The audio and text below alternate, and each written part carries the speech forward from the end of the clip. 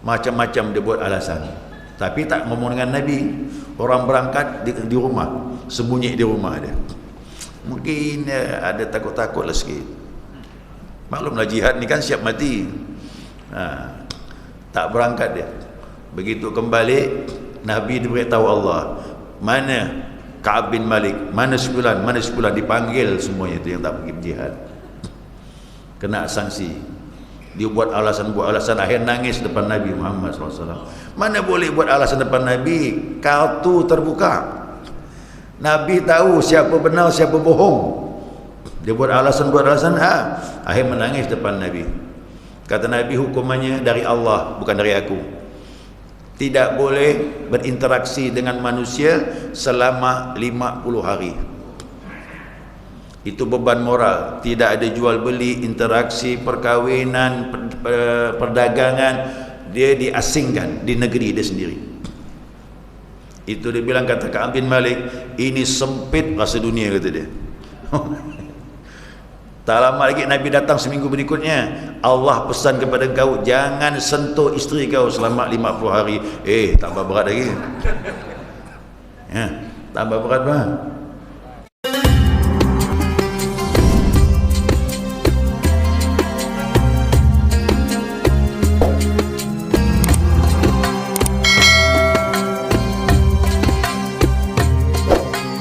Bismillahirrahmanirrahim. Alhamdulillahi rabbil alamin. Allahumma salli ala nuril anwar wa siril asrar wa tiryakil aghyar miftahi babil yasar sayyidina wa maulana Muhammadin al-mukhtar wa alihi al-athhar wa ashabil akhyar adada ni'amillahi wa ibdalih. Subhanaka la ilma lana illa ma 'allamtana innaka antal alimul hakim. Allahumma dzakirna ma nasina wa 'allimna ma jahilna wa la hawla wa la quwwata illa billahil 'aliyyil 'azim. Qala musannif rahimallahu ta'ala wa nafa'ana bi 'ulumihi fid dharain amin. Jemaah salat subuh rahimakumullah. Assalamualaikum warahmatullahi wabarakatuh. Alhamdulillah, senantiasa kita mengaturkan pujian dan syukur kita kepada Allah Azza wa Jal atas limpahan rahmah hidayahnya. Subuh ini atas izinnya kita dapat melanjutkan kajian kita, mudzakarah kita, panduan kitab Fathul Muin. Masih menyambung salat istisqa, ya, salatul istisqa. Ini salat minta hujan. Nah, salat minta hujan ini kerana ada keperluan, membutuhkan air, kerana ketiadaan air, atau air ada tapi asin, atau ada stok tapi terlalu sedikit tidak cukup. Nah, dengan alasan ini, baru dibolehkan melaksanakan salat istisqa. Yang kemarin adab-adabnya kalau dapat diumumkan oleh pemerintah, diadakan tobat masal, bersedekah, puasa 3 hari, hari keempat turun salat istisqa pun kalau dapat dalam keadaan puasa. Semua itu peluang untuk lebih diijabah, ya, diterima oleh Allah Subhanahu wa taala. Wahia, dan salat istisqa ini kasalatil id. Nah, salatnya mirip dengan salat id, ya, dari segi rukunnya yang lainnya sama, ya, seperti salat id, cuman beda niat. Kalau salat id niatnya usalli sunnatul idil fitri rak'ataini ma'muman lillahi ta'ala. Kali ini niatnya usalli sunnatul istisqa rak'ataini ma'muman lillahi ta'ala. Beda niat dia, salatnya mirip. Nah, fa yukabbiru ba'da iftitahi qabla ta'awud wal qira'ah sab'an fil ula wa khamsan fil thaniyah. Demikian juga bertakbir. Dalam salat id ini sunnah juga bertakbir setelah iftitah, sebelum baca ta'awud dan juga al-fatihah. Jadi setelah takbir Allahu Akbar seperti salat id, nah kemudian baca iftitah sampai wa ana minal muslimin. Nah setelah itu takbir. Takbir rakaat pertamanya 7 kali, rakaat yang keduanya 5 kali sama. Ya. Apa yang dibaca mirip, salah takbir tadi membaca tasbih. Nah, di sini tak dijelaskan, tapi dijelaskan dalam kitab yang lain. termasuk kitab Sabilul Muhtadin karangan Muhammad Asy'ari Al-Banjari. Beliau mengutip daripada Imam Rafi'i dan Imam Nawawi bahwasanya di sela-sela takbir itu disunahkan tasbih persis sebagaimana salat Id, baik Idul Fitri maupun Idul Adha. Wa yarfa'u yadayhi inda kulli takbirah, dan sunnah mengangkat tangan setiap takbir. Sama. Allahu akbar, subhanallah, alhamdulillah, wa la ilaha illallah. Allahu akbar, subhanallah, alhamdulillah. Begitu deh. Mirip, tidak ada perbedaan. Wa yaqifu baina kulli takbiratin ka ayatin mu'tadilah. Nah, jadi sunnah berhenti antara takbir tadi, seperti orang membaca satu ayat diisi dengan tasbih tadi. Wa yaqra'u fil ula jahran surah Qaf wa fi thaniyati iqtarabat fil asah. Nah, kemudian disunnahkan bacaannya jahar seperti salat Id, sama seperti salat Jumat, sama. Itu sunnahnya dijaharkan walaupun di siang hari, ya, walaupun di siang hari. Beda dengan zuhur asar, khusus 5 waktu zuhur asar itu sir. Tapi untuk ini sunnah dijaharkan, dan sunnah rakaat yang pertama surahnya surah Qaf. Kalau hafal, ya, kalau hafal sunnah surah Qaf rakaat pertama, yang keduanya surah Iqtarabat. Surah Iqtarabat siapa? Surah Al-Qamar. Nah, ini kalau hafal. Kalau tak hafal boleh pilihan yang kedua. Yaqra'u fil ula sabbihisma rabbikal a'la, ya, wa thaniyatil al-ghasyiyah. Jadi kalau tak hafal yang tadi boleh diganti dengan rakaat pertamanya surah sabbihisma rabbikal a'la, rakaat yang keduanya hal ataka hadithul ghasyiyah. Dia seperti salat Jumat itu surah-surahnya itu, ya. Nah, liwurudu bisanati dhaif. Nah, untuk yang tadi itu dengan sanadnya lemah tapi boleh dipakai. La yahtassu salat istisqa bi rak'atain. Tidaklah khusus istisqa ini hanya 2 rakaat. Bal yajuzu ziyadatu alaihima. Boleh nambah. Boleh nambah. Istisqa 2 rakaat. Rasa-rasa kurang, salat lagi 2 rakaat. Boleh. Belum lagi turun hujan, besok tambah lagi 2 rakaat. Boleh. Tak masalah. Kok Id cukup sekali. Ya, itu bedanya. Id cukup sekali, tapi kalau salat istisqa boleh ditambah-tambah. Pagi jam 8 istisqa, jam 11 istisqa lagi, salat lagi. Besok belum turun lagi hujan, salat lagi, boleh. Ya. Walaupun tanpa khutbah, tak masalah. Nah, cuman yang terbaik diatur sedemikian rupa supaya pelaksanaannya lengkap. Nah, kemudian lagi bi khilafil Id, ya. La bi waqtil Id fil asah. Dia tidak ada waktu untuk salat ini, istisqa ini. Menurut yang asah yang lebih sahih, tidak ditentukan waktunya. Bal yajuz fi'luha mata syaa, boleh dikerjakan kapan saja. Walau fil waqtil karahah, walaupun waktu makruh. Kapan waktu makruh? Ya. Kapan waktu makruh kita salat? Setelah salat subuh sampai terbit matahari, makruh ni. Istisqa boleh waktu itu. Apalagi setelah asar sampai terbenam matahari, itu makruh, tapi istisqa boleh, tak masalah. Kenapa boleh?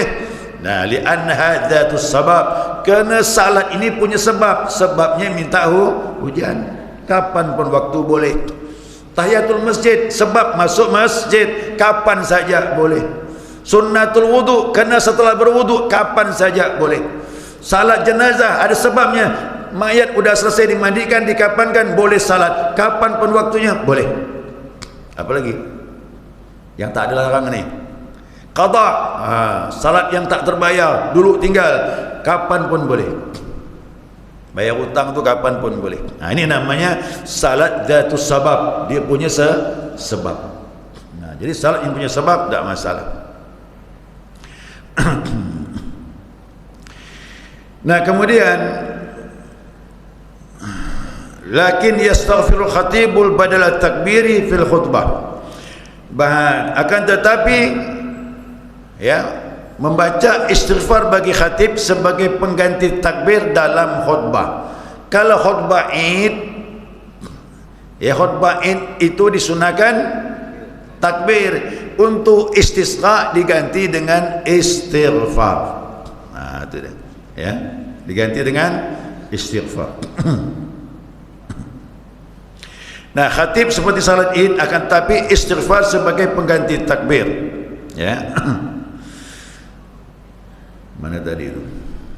Badal takbir fil khutbah. Jadi begini, kalau khutbah Id, khatib biasa membaca khutbah pertama berdiri, Allahu Akbar, Allahu Akbar, Allahu Akbar, Allahu Akbar, Allahu Akbar, Allahu Akbar, Allahu Akbar, Allahu Akbar, Allahu Akbar. Alhamdulillah nahmadu wa nasta'inu. Begitu dia. Dia takbir 9 kali baru tahmid. Nah, untuk istisqa diganti dengan istighfar. Ya, ganti dengan istighfar. Khutbah yang kedua berapa kali takbir Id? Hah? Itu salat bukan khutbah. Kalau salat 5 kali rakaat yang kedua. Ini khutbah yang kedua 7. Khutbah yang pertama takbir 9. Khutbah yang kedua istisqa diganti dengan istighfar. Khutbah pertama istighfar 9 kali, khutbah yang kedua istighfar 7 kali. Mana yang lebih bagus istighfarnya? Ulama menyatakan seperti kita selesai salat, itulah dia. Dimulai dengan astaghfirullah alladzi la ilaha illa huwal hayyul qayyum wa atubu ilaih. Astaghfirullah alladzi la ilaha illa huwal hayyul qayyum wa atubu ilaih. Begitu dia. Tapi boleh juga tambah al-azim. Astaghfirullahalazim alladzi la ilaha illa huwal hayyul qayyum wa atubu ilaih. 9 kali khutbah pertama dan 7 kali khutbah yang kedua. Kenapa ini diambil paling bagus? Kerana berdasarkan hadis Nabi Muhammad sallallahu alaihi wasallam. Kata Nabi, Imam Tirmizi mengeluarkan sebuah hadis, siapa yang mengucapkan astaghfirullah alladzi la ilaha illa huwal hayyul qayyum wa atubu ilaih, man qalahu ghufira lahu wa in kana farra minaz zahab, maka diampunkan dosanya. Siapa yang mengucapkan seperti itu, diampunkan dosanya walaupun lari dari medan peperangan. Ingat, orang lari dari medan perang itu dosa besar. Ya, tak boleh lari dari medan perang. Ya, hukumannya berat. Maka dulu jihad itu wajib. Begitu panggilan jihad wajib. Yang tak berangkat sehat walafiat kena sanksi. Itu zaman Nabi Muhammad SAW. Ka'ab bin Malik tak ikut perang dengan kawan yang bertiga. Macam-macam dia buat alasan. Tapi tak ngomong dengan Nabi. Orang berangkat di rumah, sembunyi di rumah dia. Mungkin ada takut-takutlah sikit. Maklumlah jihad ni kan siap mati. Tak berangkat dia. Begitu kembali, Nabi diberitahu Allah, mana Ka'ab bin Malik, mana sebulan dipanggil semuanya itu yang tak pergi jihad. Kena sanksi. Dia buat alasan, akhir nangis depan Nabi Muhammad SAW. Mana boleh buat alasan depan Nabi? Kartu terbuka. Nabi tahu siapa benar, siapa bohong. Dia buat alasan, akhir menangis depan Nabi. Kata Nabi, hukumannya dari Allah, bukan dari aku. Tidak boleh berinteraksi dengan manusia selama 50 hari. Itu beban moral. Tidak ada jual beli, interaksi, perkahwinan, perdagangan. Dia diasingkan di negeri dia sendiri. Itu dia bilang, kata Ka'ab bin Malik, ini sempit rasa dunia, kata dia. Tak lama lagi Nabi datang seminggu berikutnya, Allah pesan kepada kau, jangan sentuh isteri kau selama 50 hari. Tambah berat lagi. Tambah berat bang. Bisa tak sentuh bini 50 hari. Itu luar biasa tu. Tidur pisah sampai sempit dunia ini, kata dia. Semua orang mandang mencibir. Bayangkan di Madinah semuanya orang tak negur dia, tak beri salam, mandang dengan sinis. Kenapa? Lari dari perang, tak ikut perang. Akhirnya turun ayat. Nah, ayat pun turun. Allah menyatakan dia sudah tobat dengan tobatan yang sebenarnya. Maka Nabi maafkan. Kalau Allah sudah maafkan kau, aku maafkan kau, kata Nabi. Tergantung Allah. Itu makanya dosa besar meninggalkan dari peperangan. Nah, ada istighfar tadi itu. Astaghfirullah alladzi la ilaha illa huwal hayyul qayyum wa atubu ilaih. Kalau ini dibaca 3 kali, maka diampunkan dosanya walaupun lari dari medan peperangan. Nah, ini berarti besar fadilahnya.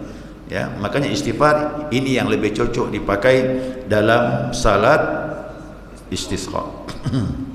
Ya, istisqa. Dan disunnahkan ya, wa yanbaghi an yakthira minhu min qawlihi ta'ala. Lebih sunahkan banyak-banyak baca firman Allah. Ini surah Nuh. Surah Nuh ini ayat 10 sampai 12. Ya, apa kata Allah? Ini dengarkan. Astaghfiru rabbakum innahu kana ghaffara. Mintalah ampun kepada Tuhanmu, sesungguhnya Dia Maha Pengampun. Yursilis sama alaikum midrar. Dialah yang menurunkan kepada kalian hujan dari langit, hujan yang lebat. Berarti kalau saya lihatlah ni, yang menang kalau hujan turun pun dosa kita. Nah, kena dosa kita. Jadi minta ampun kepada Tuhan yang Maha Pengampun. Dia yang menurunkan hujan yang lebat dari langit. Wa yumdidukum bi amwalin wal banin, dan Dia memberi kalian harta dan anak, kata Allah. Wa ja'alakum jannatin wa ja'alakum anhara, dan Dia menjadikan bagi kalian kebun-kebun dan menjadikan sungai-sungai. Ini surah ini sunnah dibaca dalam salat istisqa. Maka dijadikan Nabi doa. Kalau sudah berdoa gimana? Ini doa Nabi. Dia ambil kalimat tadi jadikan doa. Allahumma inna nastaghfiruka innaka kunta ghaffara. Jadi doa Nabi. Ya Allah, sesungguhnya Engkau, kami minta kepada Engkau pengampunan kerana Engkaulah Maha Pengampun.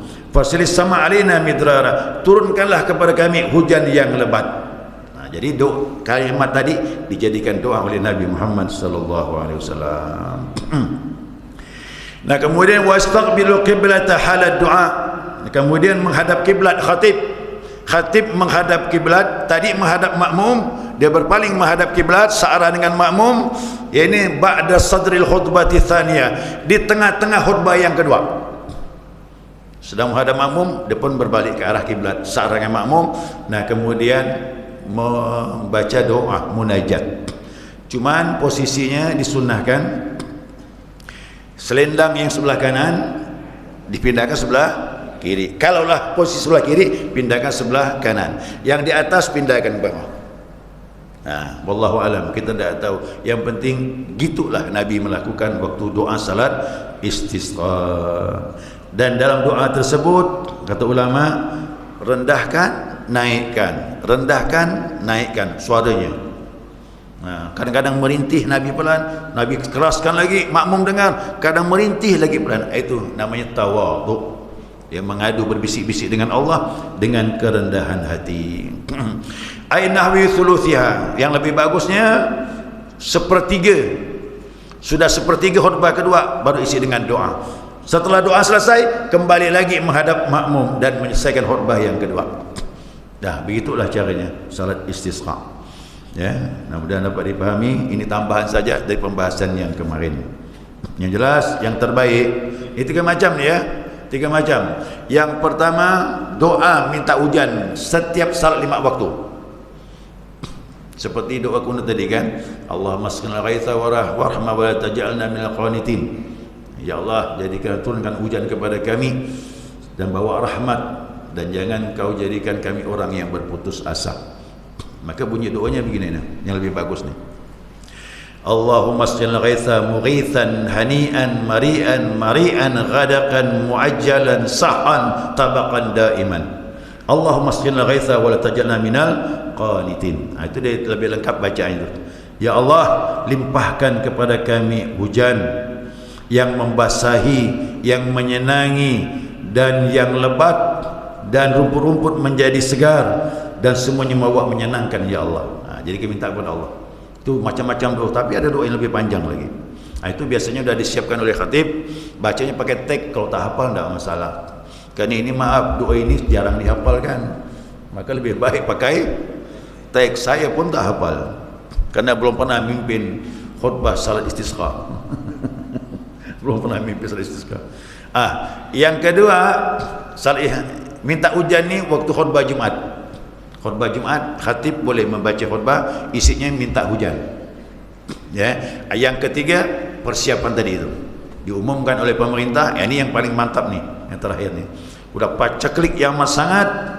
Pemerintah Departemen Agama mengumumkan tanggal sekian kita akan melaksanakan salat istisqa, umpamanya di depan Korem. Masih kat Korem disebutnya. Depan apa? Depan kantor wali kota. Ya. Tanggal sekian diminta semua masyarakat Pontianak puasa 3 hari sebelum salat istisqa. Dan dianjurkan taubat masal. Yang ada rezeki bersedekah sebanyak-banyaknya. Anak-anak bawa turun ke lapangan, orang tua rentak bawa ke lapangan. Mungkin jeritan mereka dengan itu semua jangan sistematis tu, supaya lebih terbuka diijabah oleh Allah SWT. Ya. Dulu konon katanya Allah alam, saya dengar dari kakek saya ngomong dulu, zaman kami dulu itu salat di sana di depan Korem itulah yang mimpin Habib Saleh Al-Haddad. Habib Saleh katanya. Nah, itu persis betul kata dia bilang, setelah turun dari mimbar tu betul-betul awan menggumpal, gelap, tak lama hujan, orang dah balik ke rumah hujan. Itu berarti bagus, berarti diijabah Allah kes langsung, habis salat langsung Allah bayar, langsung Allah tunaikan. Habib Saleh itu Masya Allah, orang tak tahu politik, cuma dikait-kait sama politik ya. Orang tu bujur ya, dia langgeng ya, bawanya Al-Quran, hadis, agama, tak ada fikir macam-macam. Nah, orang-orang yang ikhlas tu begitu dia. Memang bagus dia mimpin salat tu. Doa lebih diijabah, apalagi kita mengaminkan dan sebagainya. Ya. Saya kira cukup, insya-Allah pertemuan akan datang salat tarawih. Ya, salat tarawih. Ada pertanyaan silakan.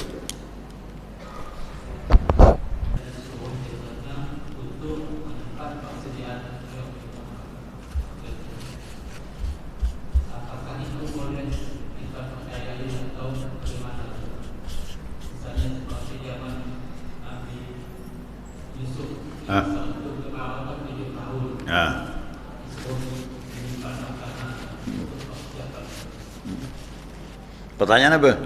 Pertanyaan, apakah kita berpercaya misalnya bulan sekian, tanggal sekian ada terjadi El Nino sistem awan percaya? Ya. Makanya paranormal itu kalau kita bermanja-manja dengan dia bisa syirik juga. Dia bisa benar, bisa tidak. Ini namanya ramalan. Nah, berbeda dengan Nabi Yusuf. Nabi Yusuf alaihissalam dia pakar takwil mimpi. Jadi mimpi ini 1/46 wahyu. Hadis Nabi Bukhari. Kata Nabi, mimpi orang mukmin 1/46 daripada wahyu. Dan juga ada orang yang memang diberi ahli dalam takwil mimpi. Dia tahu makna mimpi itu.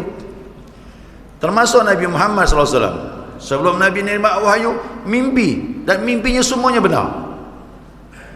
Ya. Umar mimpi benar, Abu Bakar mimpi benar, langsung Nabi yang mentakwilkannya. Nah, makanya jadi mukmin dulu. Kalau mukmin ahli ibadah, kadang mimpi itu petunjuk, ilham. Ya, Nabi Yusuf alaihissalam, ya, itu dia di dalam penjara. Ini hikmah masuk penjara ini. Maka kalau dah masuk penjara jangan ngeluh, sabar ya. Banyak hikmahnya masuk penjara itu. Nabi Yusuf itu kan dibuang oleh saudaranya ke sumur. Kemudian diambil oleh orang, menemukannya dalam sumur dan dijual jadi hamba saya. Dijual jadi hamba saya, dijuallah di kerajaan. Diambillah tadi oleh bangsawan kerajaan dan dapat fitnah daripada isteri menteri tadi yang konon kata namanya Zulaiha. Nah, fitnah itulah yang menyebabkan dia masuk penjara. Dalam penjara tu ketemu dengan orang tu bercerita, aku ni mimpi begini. Nabi Yusuf jelaskan, mimpi kau seperti ini, nanti kau begini, nanti kau begitu, semuanya benar. Hebat orang ini, kata dia. Nabi Yusuf tu nabi, bukan peramal. Nabi itu petunjuk Allah langsung. Lain paranormal dan peramal lain, bisa benar bisa tidak. Tapi kalau nabi pasti benar. Dan tak main-main, itu kerana dekat dengan Allah SWT. Nah, orang yang ditakwilkan mimpi ini tadi ini, udah masa kurungannya selesai, tahanannya, dia bebas duluan. Nabi Yusuf masih dalam penjara. Menjalankan hukuman tadi. Nah, raja tu mimpi dia melihat sapi yang gemuk-gemuk 7 ekor. Kemudian sapi yang kurus-kurus 7 ekor, kemudian sapi yang gemuk-gemuk 7 ekor. Bingung raja ni. Siapa yang tahu tak mimpi? Tanya dengan tabib tak faham. Tanya orang istana, pembesar-pembesar istana tak ada yang tahu. Panggil ahli nujum pun tak tahu. Panggil Pak Belalang tak bisa lah. Ahli nujum Pak Belalang pergi Ramli tu. Tak ada yang faham. Nah, jadi orang yang bebas dari tahanan itu tadilah ngomong sama raja, aku punya teman di dalam penjara, dia tahu takwil mimpi. Itulah kisahnya tu. Maka dipanggillah Nabi Yusuf tadi keluar menghadap raja. Raja ceritakan, aku ni mimpi lihat sapi 7 ekor kurus, ya. Nah, kemudian baru 7 ekor yang gemuk-gemuk. Kata Nabi Yusuf, pacaklik 7 tahun, kata dia. Setelah itu baru masa subur. Langsung tuan. Lalu solusinya, hasil tahun ini kita simpan di gudang, persiapan 7 tahun masa pacaklik, kata dia. Setelah itu nanti keadaan normal. Masya Allah, terbukti. Begitu terbukti, Nabi Yusuf diangkat jadi menteri Bulog, pengadaan sembako. Diangkat jadi menteri Nabi Yusuf. Itulah. Jadi kalau mimpi para wali atau para nabi itu bukan meramal, bukan. Itu langsung petunjuk Allah Subhanahu wa taala. Beda itu ya. Makanya yang ada pada nabi itu namanya mukjizat, yang ada para wali namanya karamah, yang ada paranormal itu bisa istidraj. Ya, bisa benar bisa enggak. Ya, bisa benar bisa enggak. Ya, hampir semua para nabi dia paham takwil mimpi. Saya buka kitab begitu. Ya, saya buka kitab begitu. Nabi bermimpi, dia bilang ada suatu kota, dia bilang air datang menghancurkan, kemudian dibangunkan benteng. Ya, dibangunkan benteng. Bangun benteng sehingga bisa menampung air bah tersebut. Ya, sahabat tanya dengan Nabi, apa takwilnya? Setelah ini akan datang fitnah untuk Islam. Kata Nabi bilang, tapi yang bisa mengembalikannya Umar. Nabi bilang gitu. Jadi Umar tu benteng yang kuat untuk Islam. Jadi sahabat Nabi itu orang-orang besar semuanya. Dan mimpi-mimpi sahabat itu ditakwilkan Nabi, termasuklah Umar tadi itu. Jadi Islam itu kekuatan dengan sahabat, maka sahabat itu hebat-hebat kerana dididik langsung oleh Nabi Muhammad SAW. Iman sahabat tak bisa dibeli, sulitlah udah. Apa lagi disogok? Ya, itu orang-orang yang adil. Udah, sekali juga. Ada lagi? Habis waktu ni. Saya. Ya, subhanakallahumma wa bihamdika asyhadu an la ilaha illa anta astaghfiruka wa atubu ilaik. Allahumma shalli ala Muhammad